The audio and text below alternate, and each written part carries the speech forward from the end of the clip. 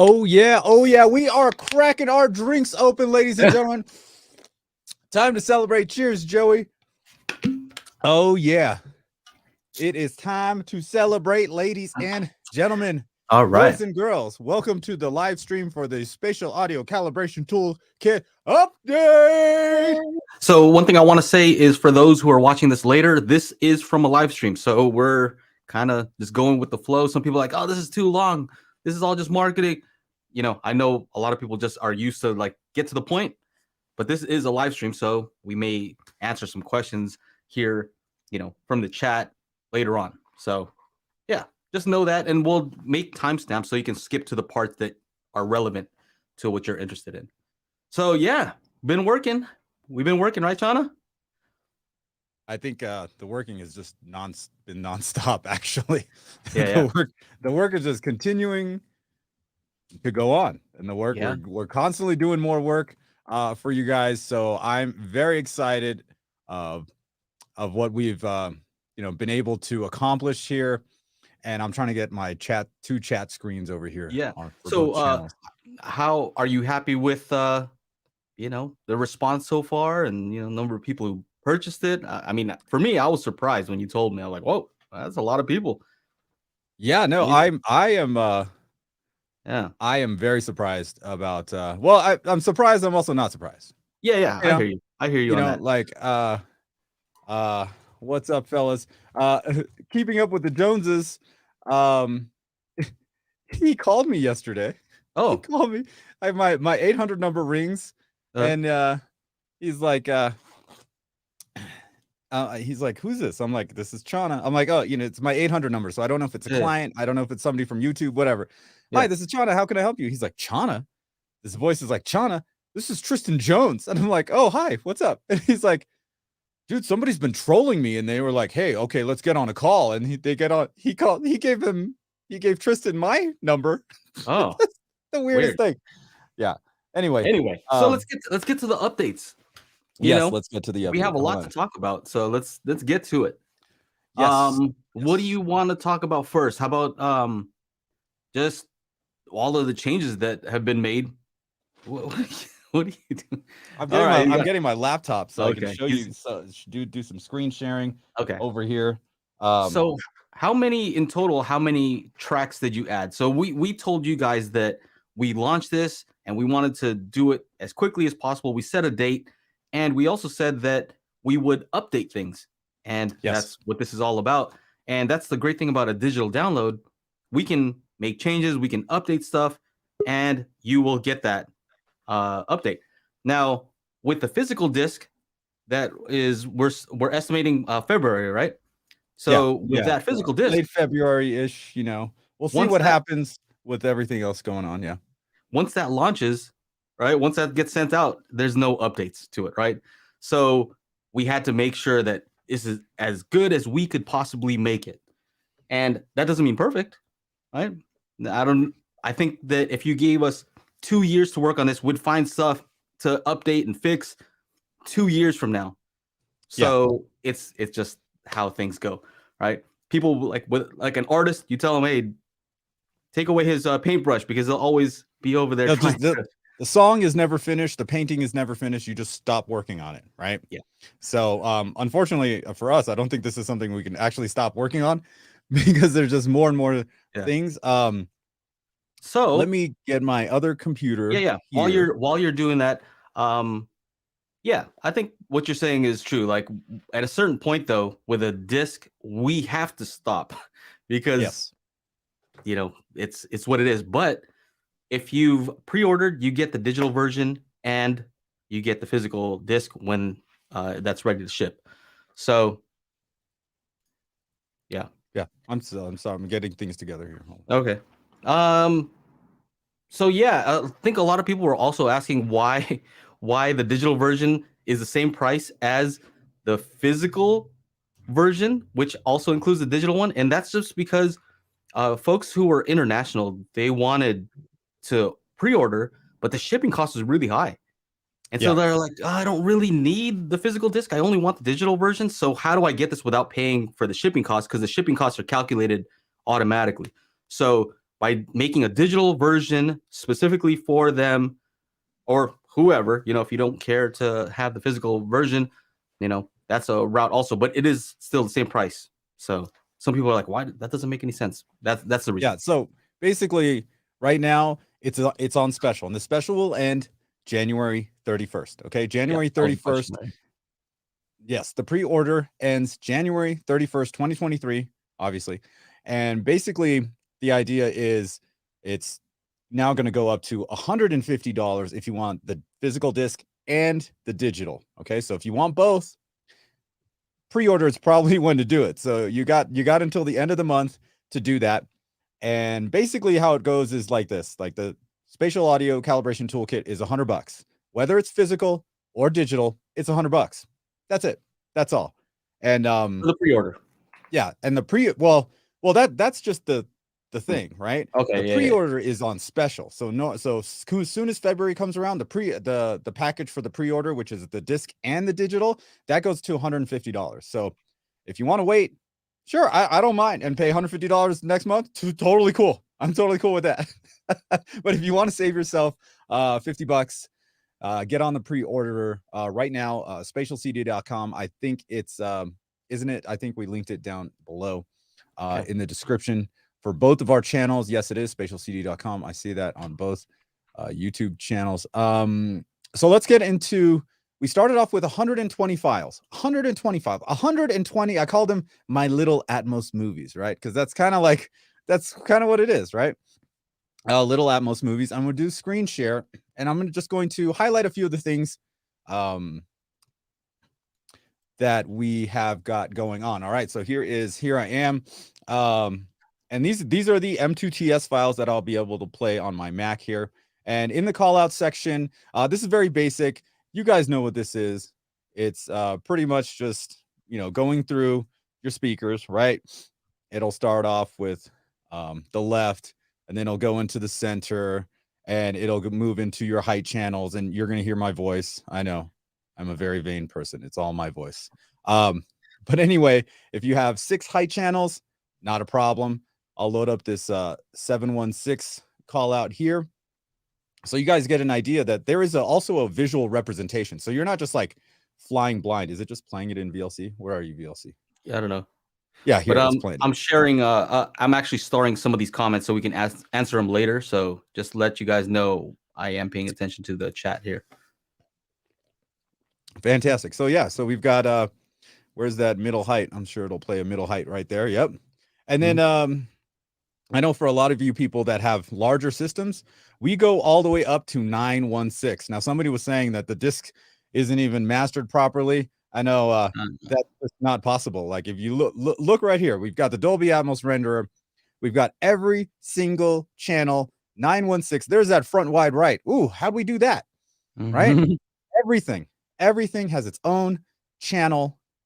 And it's discrete, right? Because I think that was one of the things that somebody said, like, hey, we tried it on our system and it's not playing discreetly. And so we went back and we're like, oh, okay, yeah, we noticed that. So we fixed it.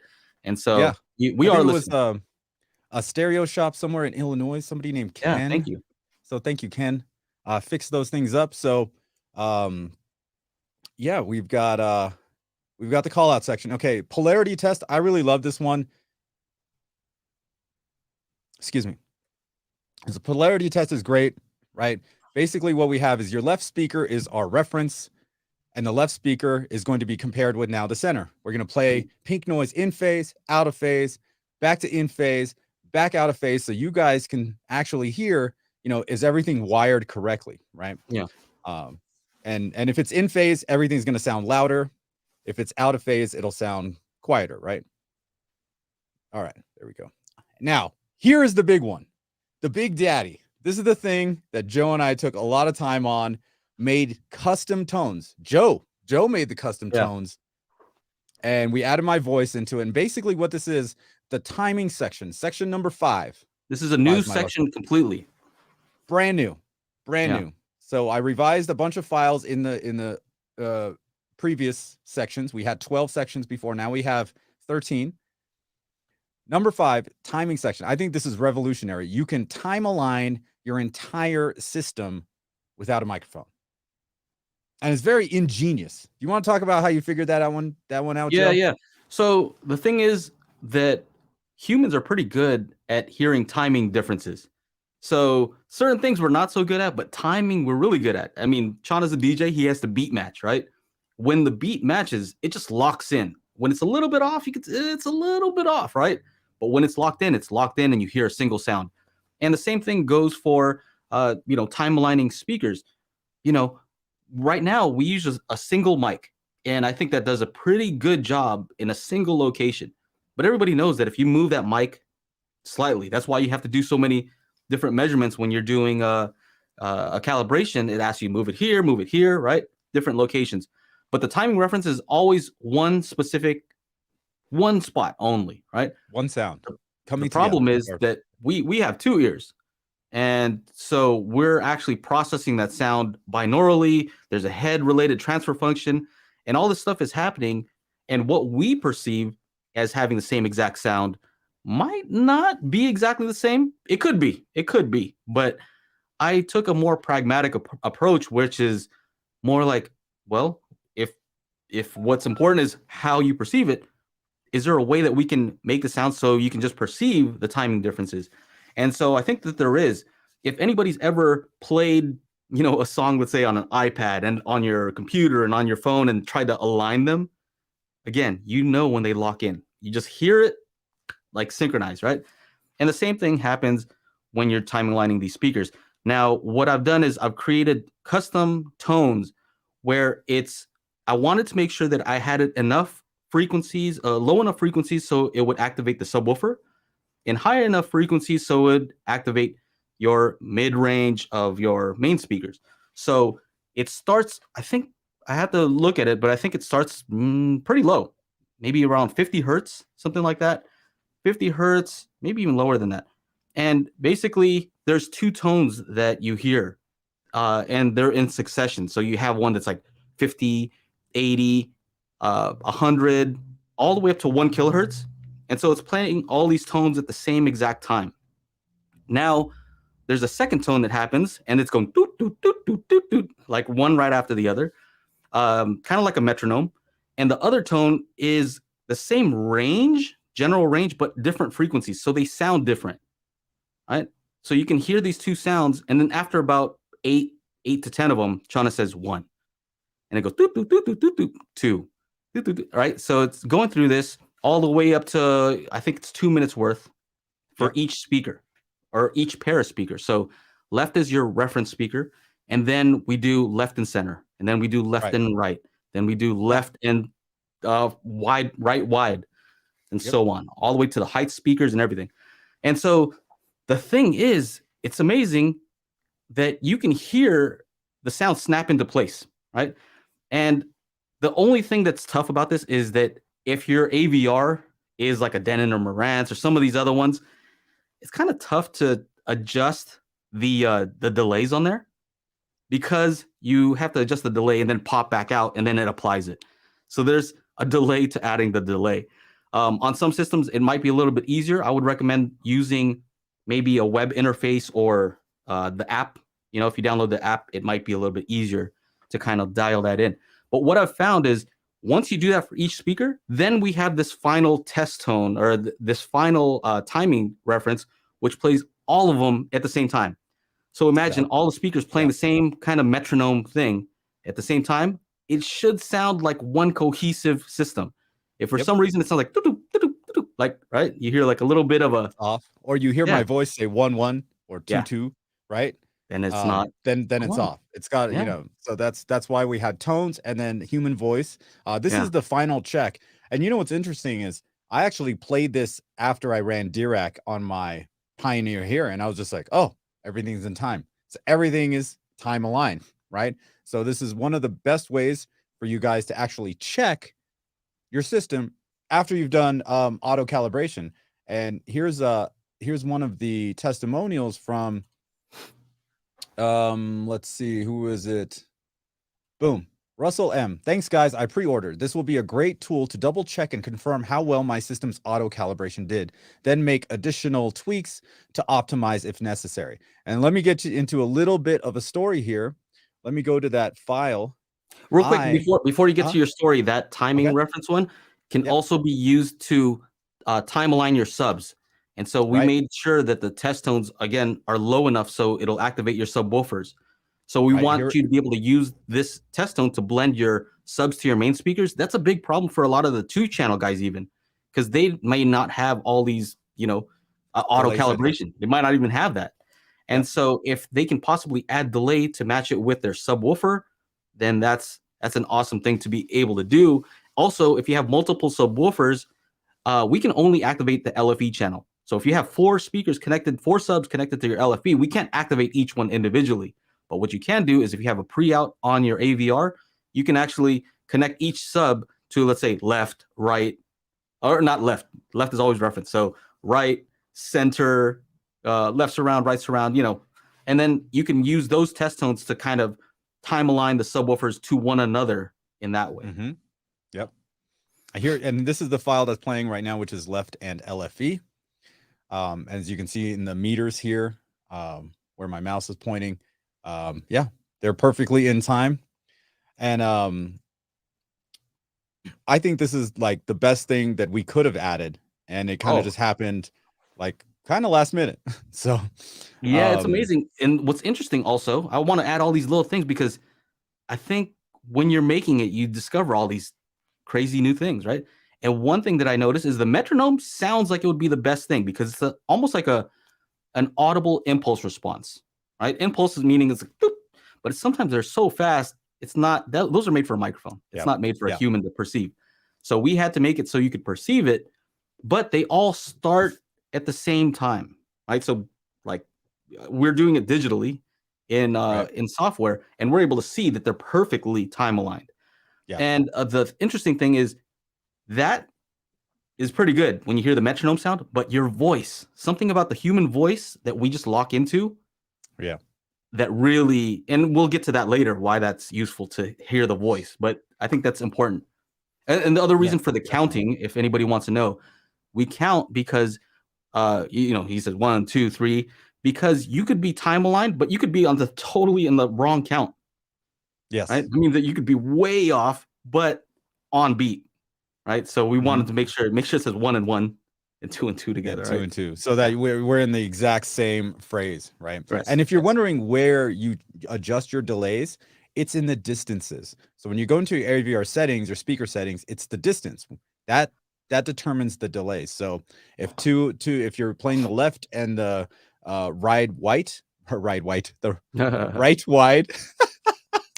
Sorry, I've been shoveling snow. We got another 3 feet of snow. I'm a little tired. The front wide right and your left. And if something's off, you go to the front wide right's distance and change the distance. That's how you add the delay or take it away. Okay, so just so you guys know that. Crossover points. This is a great one, and here's my story. Okay, Russell M. This is exactly what happened to me. Right, I ran a crossover points, and in the crossover section, we go from 25 hertz all the way down to 16 hertz, and you get this visual representation of the sound, when it's happening, what range, what frequency it's at. And I noticed something here in the studio. So around 80, I got this big suck out of sound, and I was just like, what is going on? And I'd run DRAC a couple times. So I was wondering, okay, let me raise my crossovers to 100. Okay. And then I turned off my subwoofer. I told the receiver I don't have a subwoofer, ran the front left and right full range, and then played it again. I'm like, okay, the speakers will go down to 80, but there's something weird happening. So I decided to raise the crossover to 100. Then I turned the subwoofer back on, and it's playing it again. And I'm like, no, there's still a problem.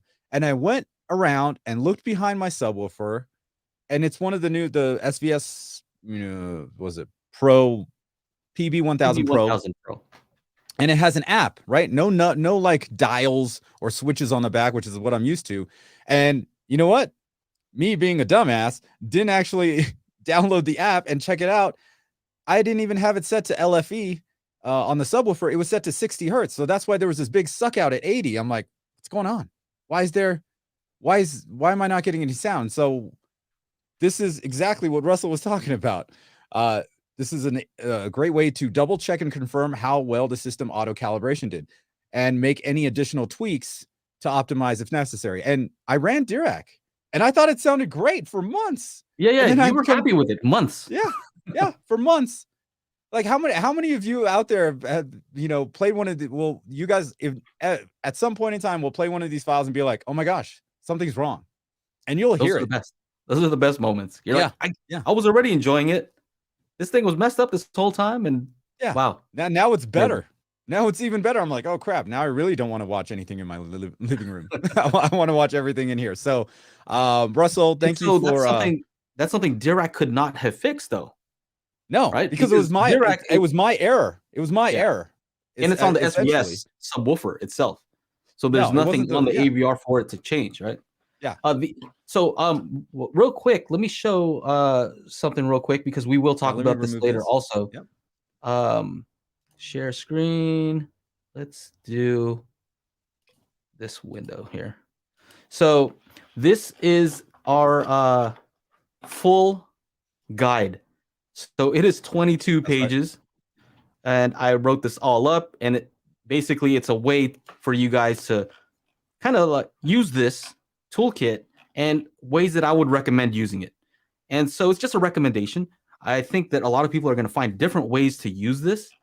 But for example, in that timing and distance, so we have it set up by section, and I have a write-up about how to use it. An example of just by trial and error, I find that in your AVR settings, there are often two ways to adjust distance. There's one that's very small increments and larger increments.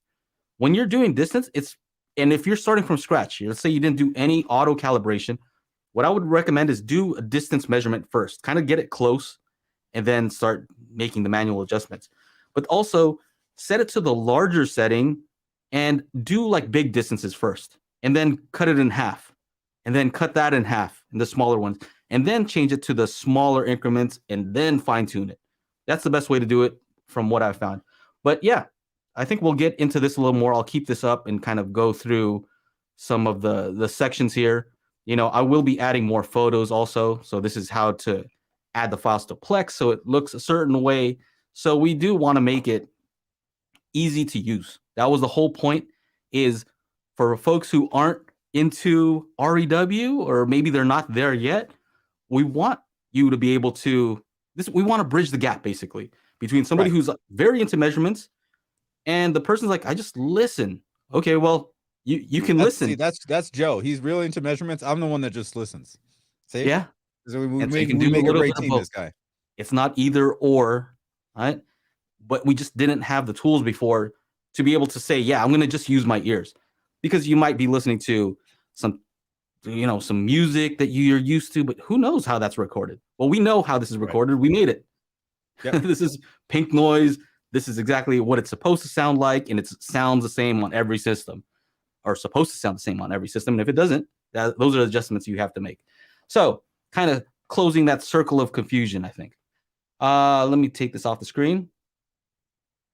All right. Now we have Reverend Slim here in the chat. So thank you, Reverend Slim. You made my life a living hell because of this section right here. Boom. Okay, so he said real quick, I was going to answer this later. He said that he would have preferred the beeps be an adjacent pair in succession. And the reason why that is not the right way to do it is because you need a timing reference to be a single speaker, not a moving. It can't be center is the next reference, and then this one is the next reference. But because that's something else. We want to align to a specific one thing, right? What you're talking about is you want phase alignment between the speakers, and we've talked on the phone for hours about this.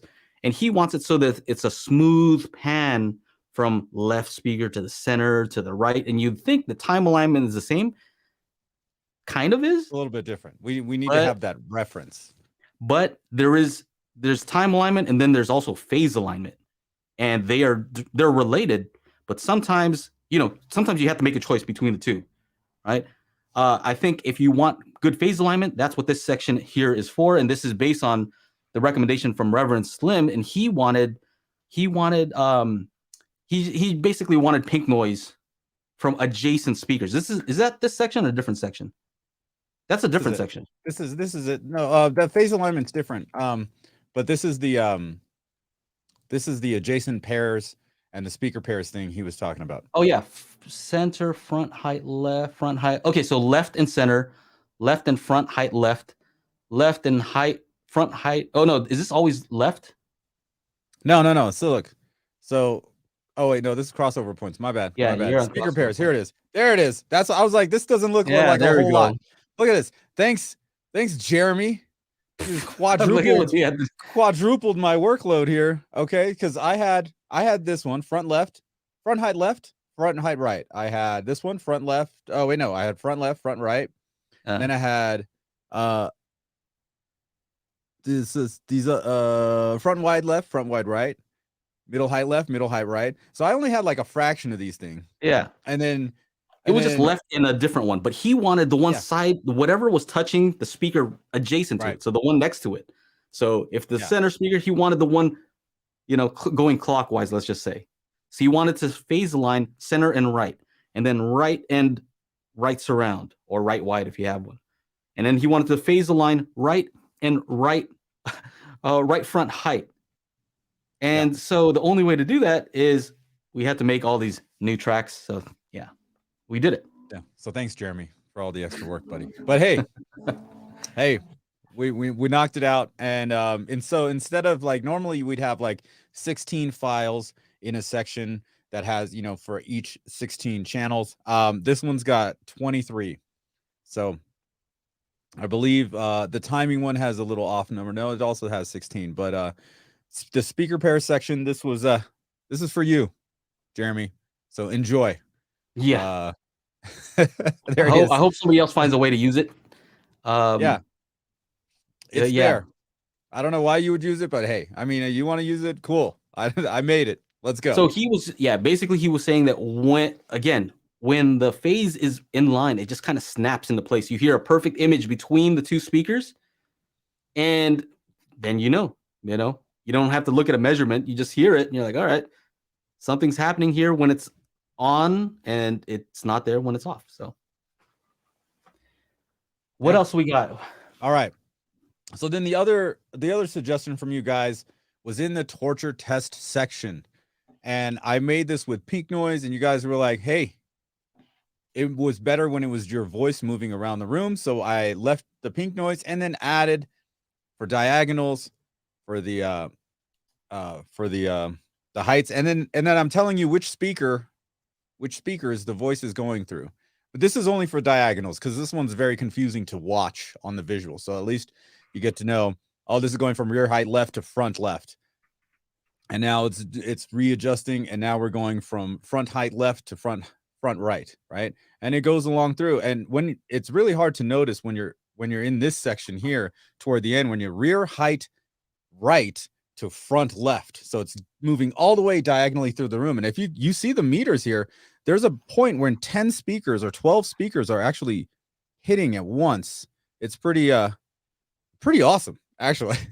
Like, just watching this thing as it's playing, I was just like, oh wow, hey, look, oh wait, there's 2, 4, 6, 8. Okay. And then there's another one where it's like goes right through the middle. So you're moving an object, right? And you notice how many speakers are activated, right? Look at right there. That's a lot of speakers that are activated with a single object. And this is something that I learned, before.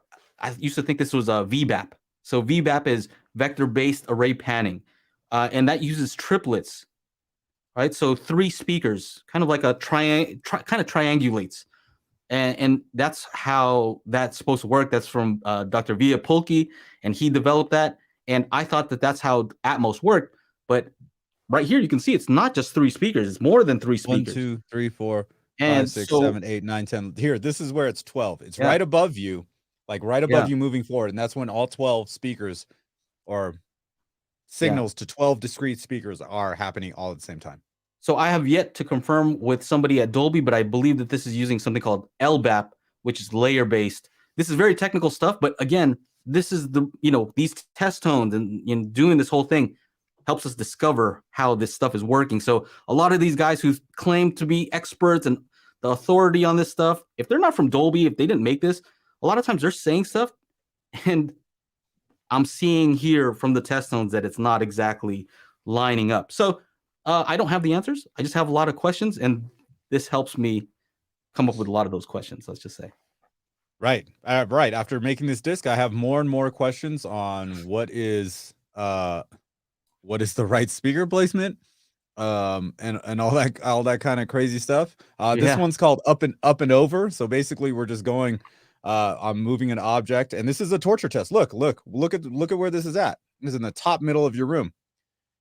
How well does your system do? You know, every time in a movie, in an Atmos movie, 2-hour movie, maybe you got 2 minutes max of like really good Atmos, but there's so much stuff flying around. You know, like, how are you to keep track? It's almost like you're confusing your ear. You know, I started producing music long time ago, and one of the books I read was it's a book called Mixing Secrets of the Small Studio. And the big takeaway there for me was that the human ear can only like gravitate or hold on to 4 things at once, right? And so, you know, when you have like some of these Atmos tracks where just like, you know, there's street noise, there's this, there's that, and you see it like all activating on the renderer with all this stuff going on around you, it's so hard to actually hear how well your system is doing. And that's one of the, you know, best things about this product is you can actually hear how well or how bad your system is doing. And that's why we call this section the torture test section. So we added human voice to the torture test section because that was requested by the viewers to not just have pink noise, but pink noise is still there. So we have pink noise, 3 for pink noise, and 3 with my voice. And as far as like the update is concerned, like that's like the main thing, I think, as far as the updates and what we did new and all that kind of stuff. Yeah. All right. Let's see here. Just trying to see. There's questions here. There are questions. What else? So total, we have 160 tracks, right? Yeah. So we went from 120 to 160 tracks, and that's just not the 40 that was just added, but I went in and redid a bunch of them as well. Okay. Right. And is this correct? Also, pre-order ends January 31st. That's right. So pre-order ends January 31st. So if you want the pre-order discounted amount, which is you get the physical disc and the digital download for $99. Is that right? Mm-hmm. Normally it's gonna be what, 150 for both? Something. It'll be 150 for both, and yeah. So pre-order. That's pre-order, and you can get it here at spatialcd.com. Easy. That's right. Let's see. Is Snoots in here? Is he in here? No. I don't know. Somebody is asking this. This is related. How do we listen to the crossover points? I guess we can go to Q&A after this. Yeah, let's just go to Q&A now. Let's do it. Ready, so guys? Q&A. We are officially in Q&A. Yeah. So big update. It was a big update, and it took a long time. And big yay for Joe. This is for Joe. 22 pages. 22 pages. My colorblind right here. From 5 pages to 22 pages for the update. And I read through it, and man, I was like, damn, this is so detailed. This is very, very cool. And we, cool thing is we're also hearing back from others saying that they are finding it very useful. I'm not going to say specifics, but let's just say well-known industry folks are impressed with how it's working. I mean, legit guys. I went to CES and I brought the files with me. For some people. Ooh, we'll wait on that. Okay. So real quick, so this relates to something that Snoots was asking me in a Discord group. He was asking me about, let me read this. How do we listen to the crossover points after auto calibration sets it to its own? Example, 80 hertz. Will it get doubled when listening at 80 hertz from Spatial CD's crossover points and level matching? So if you're using the calibration toolkit to figure out what crossover points are, you have to turn the crossovers off on the AVR. You can't. Yeah. We can't override what it's doing.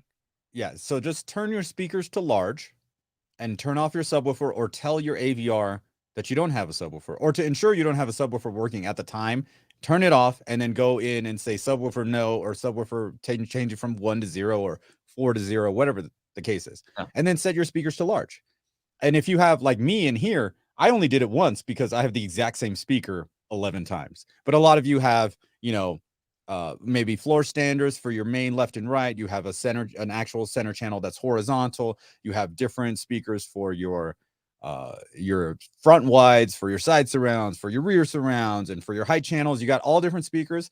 Then set everything to large and run the speaker. Now, of course, as we say in our intro, you know, you need to find the right volume to listen at, right? Because you could, you know, these are really powerful tones. They could damage your system, and we are not responsible for any damage. Right? We'll get to that in a second because there is a question about that. But to answer this, you have to turn off your whatever the AVR is doing, and it says that in the full guide also. It tells you when to turn things on and off and when to put them back. Just make sure to save your settings so you can always go back to how it was. But the question from Snoots in the Discord group was, he was asking, you know, sometimes you have, like you're saying, you have all the same speakers, right, Chana? Yeah. But a speaker in the corner that might have more bass, right? Even though it's the same exact speaker, it'll have more bass output at your main listening position because you're getting room gain. Now, is that real room? Yeah, it is. I mean, that's actual sound that gets to you. Now, one of the test tones, one of the tracks that we use for the crossovers, we play kind of like these warbles, right? All the way down, and we say which frequencies it's at. But what you may want to do is, if you want to see if your speaker can actually play those low frequencies, you want to turn it up to your reference volume and see if that speaker is making some bad noises, right? Because just because these auto calibrations detect that it can go down this low, can it do it without distortion? A lot of times they're not testing for that.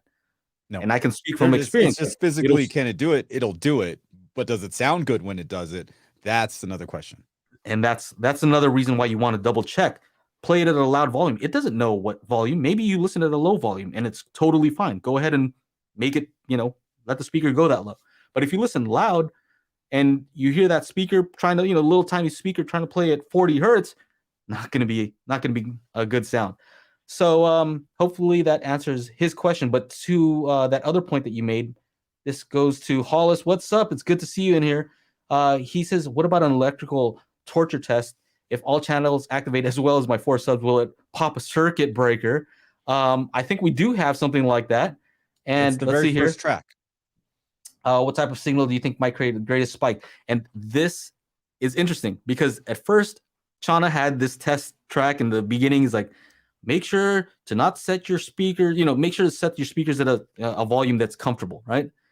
And he was playing, I think, just a pink noise test, right? Mm-hmm. But what we found is if you play 9.1.6 and you play that same tone, but on all the speakers, that is way louder.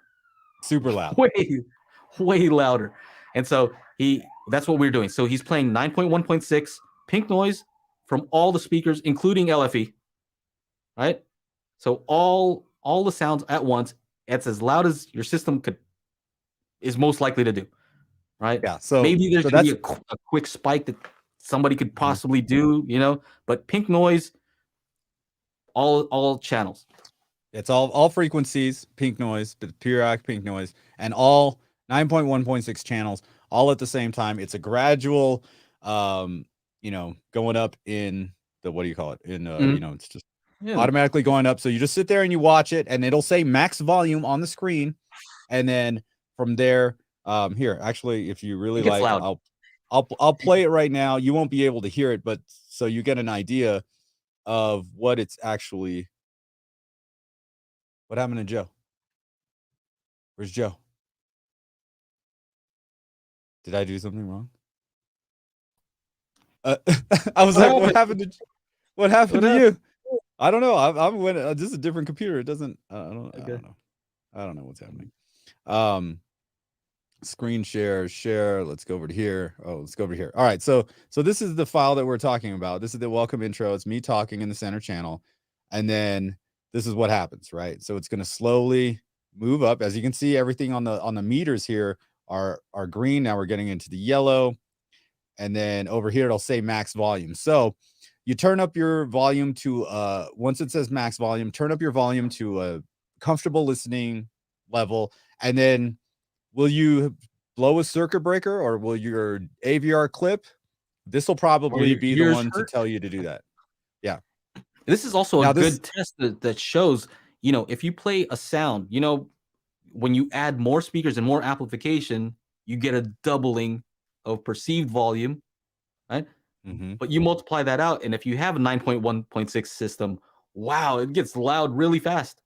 Yeah. Right? When you play that other speaker, it's amazing. Now, if you don't have a 9.1.6, your AVR should down mix it. Yes. So it's also a good test, regardless of whether you have 9.1.6 or not. Right. That is definitely true. Super chat from Randall, $20. Thank you so much, Randall. I could not get the original update to successfully download, and then I was closed out. Now I can't find my passcode. Anyway, so I already sent a message to email me at the Spatial Group customer service email, and I'll get you all squared away. Yes. Okay. We also have a backup link, and it was a issue that I was having. I have, not the fastest internet. It's like 500 down. It's not a gig, but right. I was having an issue where it would like stop at a certain point, and I was getting frustrated. Like, man, this is not good. So we do have a backup method which can resume. So let's say you have to pause it for whatever reason, you can resume the file download, and it all works. Yeah, internet can be tricky sometimes. Yeah. So we do have a backup. Make sure to email us if you are having any issues downloading. Yeah. We want to make sure that you're able to get the files. So right, Spatial Group CS. CS stands for customer service at gmail.com. It's me. I'm answering all the emails. So just another thing that I need to do. It's all good. It's all good. Let's get through some of these questions. Huh? Thank you for the super chat. Oh, yes. Thank you. Unfinished Business asks, so how do the digital versions get Atmos? So these files, the MKV files and the M2TS files, are encoded with Dolby Atmos in true HD. They aren't that Dolby Digital Plus that you're getting in any of those streaming services. This is true HD, just as if you were getting it and ripping it from the disc. So that's what we wanted to do, and that's how it's there. We need a community forum, Bruce says, so people can share their setups, tips, etc. We are working on this. Please be patient. We launched this December 12th. So, or sorry, December 15th. So we're not even a month into it. And there's a whole lot on our plate, and I still haven't put out any YouTube videos. so that just shows you how much stuff I've been doing. We have a whole project management software that, with all these tasks that we need to do, and this is one of the ones that I've added. I definitely want a community forum because I think it'll be cool to talk with you guys and say, like, what are you guys doing? Have you found any new ways to use these test zones? Because they're just tools, right? These are tools, and you can build all kinds of stuff with tools, right? Yeah. So exactly. Here, I will show one thing. Where is this? Crossover points. So present, share screen, share, and move over here. Okay. So while I was at CES at SVS's booth, I played this from the crossover points section. So it's just the LFE, and it's really how high does your LFE, how high does your subwoofer play, and how low does it go? And you should have seen Nick say, turn the volume down. Turn the volume. As soon as we got to like 63, 50, and because it goes all the way down to 16, right? So here he's like, turn the volume down, because they didn't want to because it was already shaking the crap out of this booth, right? They're on the main showroom floor, right? Yeah, 20 hertz, 16 hertz, and 16 will play again, and we go back up the ladder, right? And so this is and this is the LFE one, specifically the LFE, right? No other speakers playing. And man, if you want to shake the crap out of your home, this is the one to do it. You want to see how good those 1 subwoofer is, the 2 subwoofer is, your 4 subwoofers are. This is the file to do it, right? And sadly, this is the only place you can get it. Well, we did it in steps for a reason, because we also have sweeps where it goes down to, the lower frequencies smoothly, but it's hard to tell exactly where you're at. So we kind of chose specific areas, right? Certain octaves, basically, where you can easily just look and say, okay, around this area, oh, I'm in a null. You should be able to tell those types of things with that test. So very useful. Very useful. Very useful. I'm so happy with the way it came out, and I find that I want to use it all the time too, on all kinds of systems. I want to just test everything. And I think one of the things that's interesting is I've always said on my channel, is that the room correction is in your AVR or pre-pro is the thing that will determine your end experience, right? The full home theater experience depends on your room correction, and would be like, oh well,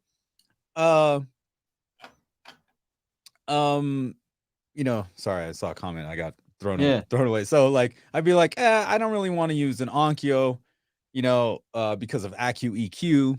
I wouldn't want to have this room correction or the YPOW. I'm not a huge fan of YPOW. Paul, I know you know that. Ton, sorry guys. It might be good now. Who knows? But anyway, or whatever. Or then there's Dirac and Odyssey and all this, that. Here's the thing. With this disc, you can now buy whichever AVR you want and manually calibrate it, and you're not stuck with their room correction. You're stuck. You're using our disc, and now you are deciding on how good the room correction is, because you're doing it with your ears, you're doing it with your own microphone, you're following Joe's guide. Damn it, wrong way, you moved on me. You don't know where you are. So I think that's one of the coolest things, because like the DACs and the build quality of Yamaha are great, but man, like that YPOW, I don't really like that. So now I can be like, wait, I can still buy the Yamaha. I can get the Spatial Audio Calibration Toolkit, manually calibrate everything, and including time alignment, and we're good to go. You're good to go without even using the internal calibration or auto calibration that's in your AVR of choice or pre-pro of choice. So if you like a specific brand, you can just say, hey, I'm going to stick with this brand. Who cares if it doesn't have Dirac? I got the Spatial Audio Calibration Toolkit. And I don't want to oversell it and make it sound as if, you never have to do measurements, right? I like doing the measurements. I like to do both. And I actually redid an entire calibration only using my ears, right? So I do calibrations for people where they pay me to log into their system. We do a ton of measurements, like 100 measurements, all kinds of measurements, and I calibrate their system using measurements. So I wanted to see, can we use this toolkit to calibrate using just my ears? And so I have Odyssey right here. I have the latest Dirac, which we'll talk about later on the podcast, with active room treatment. I have it right here, right in this room. And I also have the Spatial Audio Calibration Toolkit. And so I can switch between all the various ones in my 7.1.4 system here. And I did a manual calibration just using my ears and the Spatial Audio Calibration Toolkit. And, I wasn't expecting it to be as good as the others, right? Those guys are doing some crazy stuff, taking a bunch of measurements. And what I found is I actually prefer it in certain ways. Not always, because we can't do EQ for each speaker. We can't use our ears to EQ a speaker. We actually have to use measurements for that. But for a lot of things like timing, that's why I'm so amazed by that timing section. I feel like, man, we get a more solid timing using our ears than, some of the measurement using mics. So, I was impressed with the manual calibration, just using my ears. I'm not saying that that's the best way, but I think there are a lot of good ways to do things, and you can switch back and forth. You have presets, and you can check to see which one you like better, or maybe you like certain aspects of the manual calibration better, and you can keep some of the automatic calibration. So what else we got here as far as questions, Shauna? Raj, I'm not even going to try to pronounce the rest of that. Okay. So I delete the old download and use this new 1.2.23 update. Yes, 100%. The update was ready on the 2nd. I literally left the next day to go to CES. So yes, delete the old one, because everything has changed, right? We even have a new structure. Instead of 12 sections, there's 13. So we had to bump some things around, but you're not losing anything. So let's make that clear. You're not losing anything by deleting the old package. The new package has everything the launch had in it. just with more stuff. It's just better. Only added. We only fixed and added. There's nothing that was taken away from the old one, unless you know, I don't want to speak on the funny little thing we found in China, but if it's a little Easter egg, let's just say there's a little Easter egg in the original. If you saw it, you saw it. If you didn't, you didn't. Hey, it's all good. All right. Music Jewel says, I have NVIDIA Shield and want to add these to Plex. Do I just add the directory to the library? And, yeah, so that's part of the, let me go back here. Share screen. Where is this? This one. So I show here how I do it. And so you want to add it as other videos, because this, you know, Plex is always trying to look for metadata, you know, to try to figure out what this thing is. And if you don't set it the way that I have it set here in the full guide, then it might change the name of the file so it doesn't have the you know, the entire file name. So it might say speaker pairs, but it doesn't say 9.1.6. So you don't know which one it's doing because it renamed it. So you want to set it up this way. Yeah. Does that answer the question? Yeah, I think so. Yeah, so you add the directory to the library, but just make sure you set it up in this way. So that is there in the full guide. It's in the full guide. And okay, there's where can I go? Okay. What else? I'm gonna try and there's something that some people are still not understanding. Okay. So real quick about deleting the old file. Make sure to do that, because we don't want to answer questions about like, hey, this thing is not working and you're working with the old one. It's kind of, you don't want to answer support questions. Yeah, if we're on 2.0 and you're like, hey, something in 1.0 is not working, and then we're like, well, that's why there's 2.0. Yeah. Right. Make sure you're using the 2.0. Okay, so right here in my email, this is the email that you guys may have received. Okay. For the update, if you've already purchased. Now right over here, it says get the quick start guide. If you click on that, it'll take you here. And there is, I don't know what's going on, but there's still confusion. To get to the full guide, it's this big thing in blue, right? This is because I got a few emails about this. How do I get to the full guide? Click on the blue link. Go to this big blue link that says full guide. Click here, and then click that, and then boom, you're at the full guide. So now that we have that on video, so that people will understand exactly how to get to the full guide from the quick start guide, big blue thing saying click here will take you to the full guide. Notice it's a Google Docs, and it's because we're constantly, or I am constantly updating it.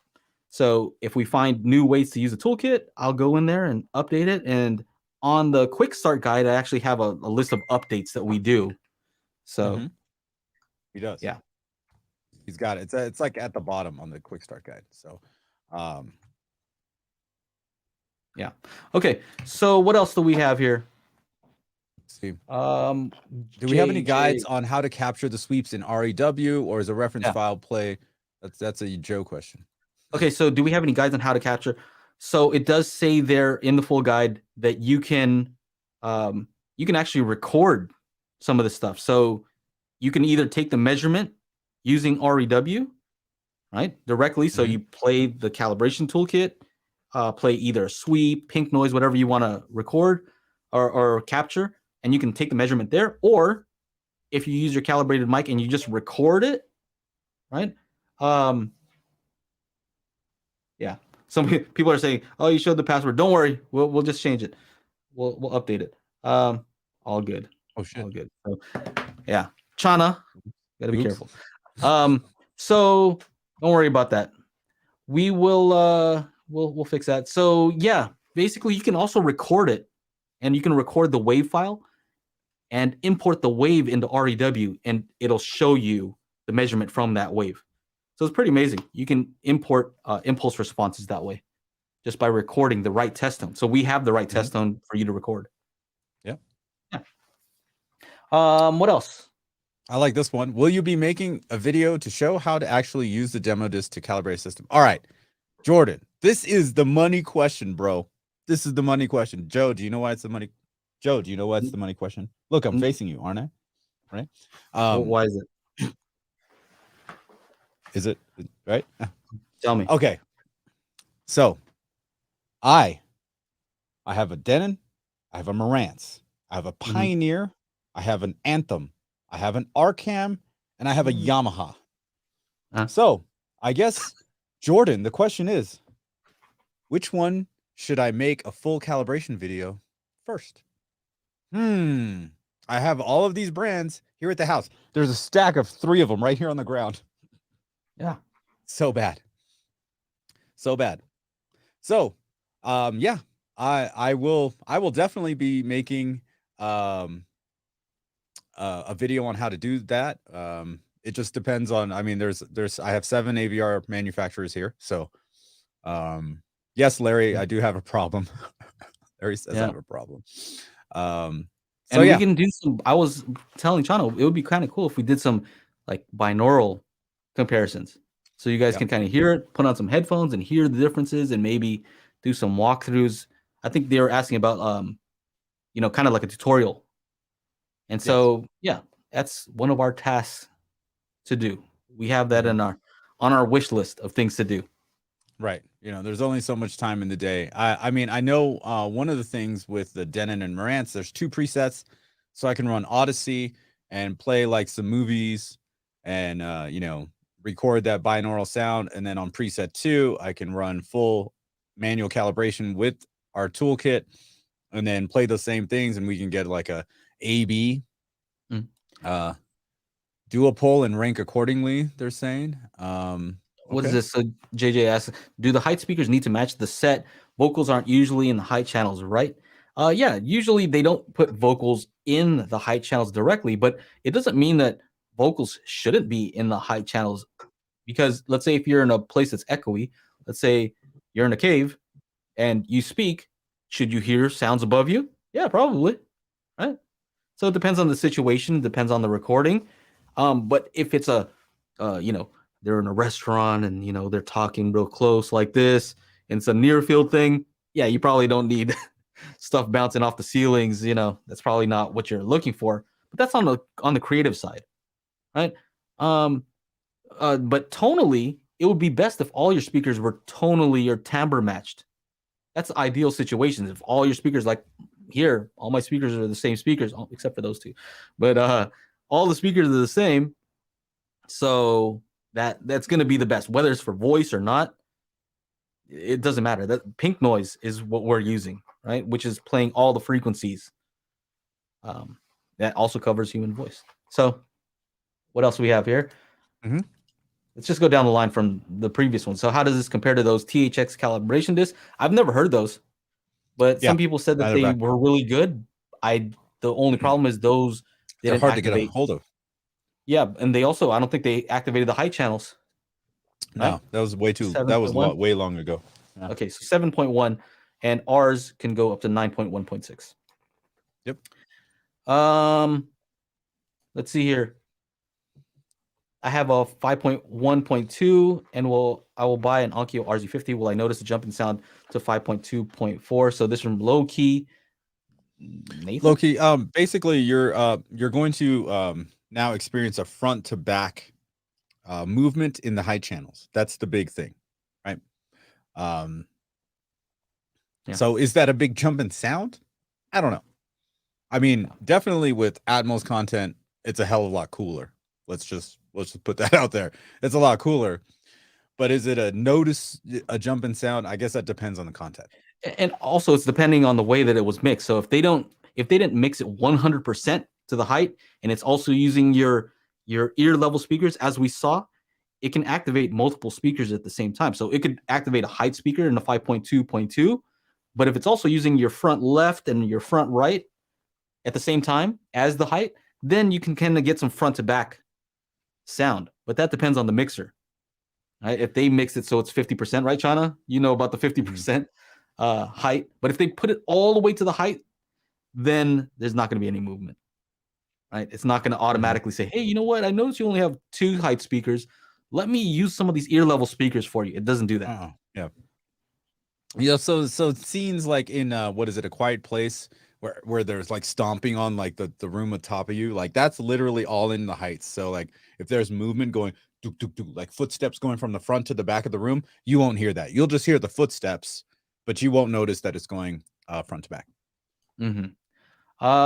So this question says nothing to play with Auro 3D. Well, Auro 3D can play a lot of the same channels, right? I think it does the front height, and front height, rear height. It cannot. We currently don't have Voice of God and center height. Oh, you mean our toolkit? Yeah, no. Yeah, I mean, Auro 3D doesn't, unless you have a certain, I think, X6700H and above. Auro doesn't use rear surrounds anyway, so yeah, it can upmix and use the rear surrounds, but natively it does not. So, and I don't know. We'll see. Maybe we can. That brings up an interesting point, because Joe was messing around with all of his upmixers, from the Dolby surround upmixer to the Neural X to Auro 3D, using our test tracks, and finding out, hey, is this upmixer actually saying this front height left is in the front height left position? Yeah. Is that so you can actually test it on your own and see which upmixer actually like faithfully replays the sound in the right location. So that's also something cool you can do, and find out exactly which one you like better. And that's how I found out that the dynamic compression that it is on by default, it really changes stuff. So it's on Denon and Marantz. Make sure to turn that off if you want to do a comparison between Auro and Dolby and DTS, because by default, DTS and Dolby have this dynamic range compression on. And so when you change to Auro, it just gets loud all of a sudden. You're like, oh, because it doesn't have that available to it. Also, another test for upmixing is play the 9.1.6, the tonality check, where it just plays all the speakers, pink noise through all of them, and then change it from Dolby to stereo, change it to these different formats, and try DTS, Neural X, and Auro 3D, and see which one changes the sound drastically. It should not, right? That's the whole point, is it shouldn't change the sound. But do that experiment and see what you guys come up with, and it's kind of a funny thing. What else we have here? I think you can do a generalized how-to video going forward that would work across brands, just to explain some of the logic. But all of that can happen post-release of the disc too. Yeah, 100%. Yeah. We definitely want to do that, and I think it'll go along with the community aspect. Once we start doing that, we're gonna learn, and we can make some cool videos. And this is related. Will you be using this in your masterclass, assuming that is still coming? Yes. Yeah, and that's why I was lagging, because all these things need to be in place. I need a way for you guys to be able to access the height channels. Otherwise, we have to do some convoluted way of unplugging stuff, assuming you have an amplifier or an AVR with pre-outs, which is only on the higher end stuff. So if you don't, well, we can't really do that. You're gonna have to switch out speaker cables. It's a whole thing. So I think that it's smarter to release this first, and then we can start talking about master classes on calibration methods. For sure. Steve with an F says, yes, you edit your Auromatic with the test tools. Exactly. You can 100% do that. That's kind of why we made the thing. My center channel is horizontal, but not a new model. I am planning to buy a new center channel, a good one, but it will be different from the left and right standing speakers. Does that make a huge difference? It could. Yeah. I wouldn't. I'd try to keep the left, center, and right the same, because they have certain tonality, right?